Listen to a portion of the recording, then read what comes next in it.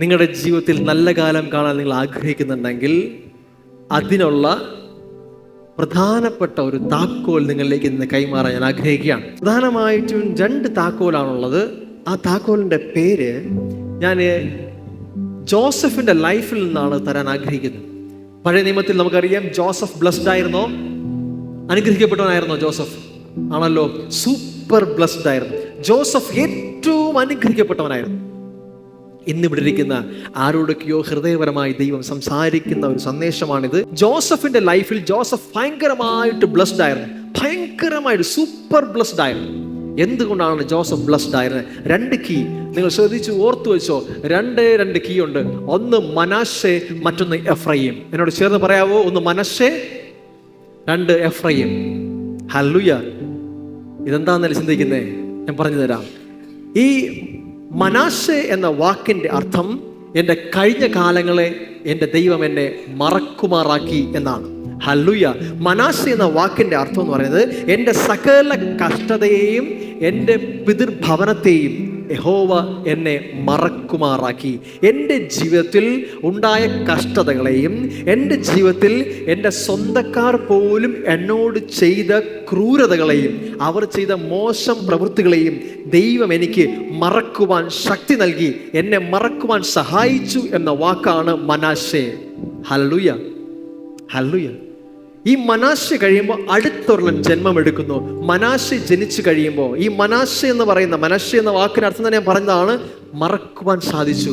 നിങ്ങളുടെ ജീവിതത്തിൽ, നിങ്ങളുടെ പഴയ കാലങ്ങളിൽ, കഴിഞ്ഞ നാളുകൾ, കഴിഞ്ഞ ദിവസങ്ങളിൽ നിങ്ങളുടെ ജീവിതത്തിൽ വന്ന ദുരനുഭവങ്ങൾ, മോശം അനുഭവങ്ങൾ, നിങ്ങളുടെ ജീവിതത്തിലുള്ള കഷ്ടതകൾ, നിങ്ങൾക്ക് വേണ്ടപ്പെട്ടവരുണ്ടായ മുറിവുകൾ നിങ്ങൾ മറക്കണം. ഹല്ലേലൂയ. അതിനെ കൊണ്ട് നടക്കരുത്. അവരോടുള്ള ദേഷ്യം, അവരോടുള്ള പക, അവരോടുള്ള വെറുപ്പ്, ഇതിനെ കൊണ്ട് നടക്കരുത്. അതിനെ മറക്കണം. ഹല്ലേലൂയ. നിങ്ങളുടെ പഴയതിനെ മറക്കണം. അതിന് ആരുടെ സഹായം വേണം? ദൈവത്തിൻ്റെ സഹായം വേണം. കാരണം ജോസഫ് പറയുന്നത് ഞാൻ മറന്നു എന്നല്ല, യഹോവ എന്നെ മറക്കുമാറാക്കി എന്നാണ്. ഹല്ലേലൂയ.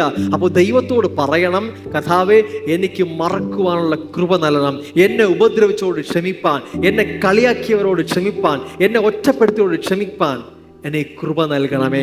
ഹല്ലേലൂയ. അത് നീ പ്രാർത്ഥിച്ചു കഴിയുമ്പോൾ, അതിനിൽ മനശ്ശെ ജന്മമെടുത്തു കഴിയുമ്പോൾ അടുത്തൊരു ജന്മം നടക്കും. അതാണ് എഫ്രയീം. ഹല്ലേലൂയ. എഫ്രയീം എന്ന് വെച്ച വാക്കിന് അർത്ഥം എന്ന് പറഞ്ഞാൽ എൻ്റെ സങ്കട ദേശത്ത് ദൈവം എന്നെ വർദ്ധിപ്പിച്ചു എന്നാണ്. ഹല്ലേലൂയ. നിങ്ങൾ വീട്ടിൽ പോയി വായിച്ചാൽ മതി. ഉൽപ്പത്തി പുസ്തകം 41 അധ്യായം. സങ്കടദേശത്ത് ഞാൻ എവിടെ തകർന്നോ, ഞാൻ എവിടെ പരാജയപ്പെട്ടോ, അതേ സ്ഥലത്ത് എൻ്റെ ദൈവം എന്നെ വർദ്ധിപ്പിച്ചു.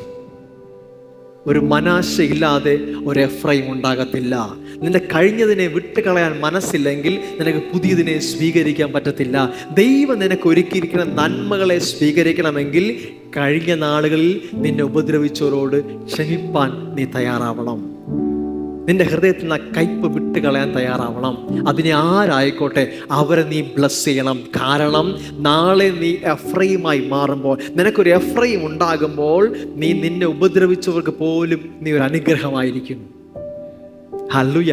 ദൈവം അതിനാണ് നിന്നെ ആക്കിയിരിക്കുന്നത്. ജോസഫിന്റെ ലൈഫിൽ അങ്ങനെയാണ്.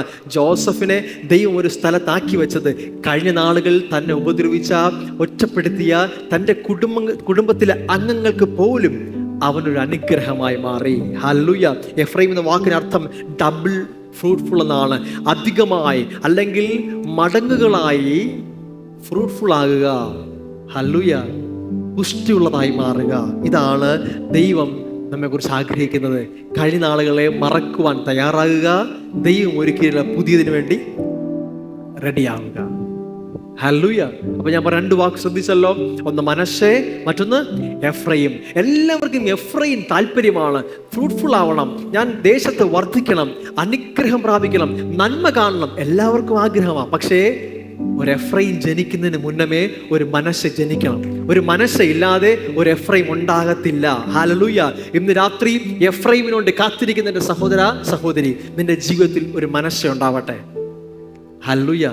അവർക്ക് വേണ്ടി പ്രാർത്ഥിക്കാം, അവരോട് ക്ഷമിക്കാം. അവരുടെ ജീവിതത്തിൽ അവരെന്ത് തന്നെ ആയിക്കോട്ടെ, എത്ര കയ്പ ആയിക്കോട്ടെ, ദൈവത്തോട് ചോദിക്കണം, കർത്താവേ അത് മറക്കുവാൻ എന്നെ സഹായിക്കണേ.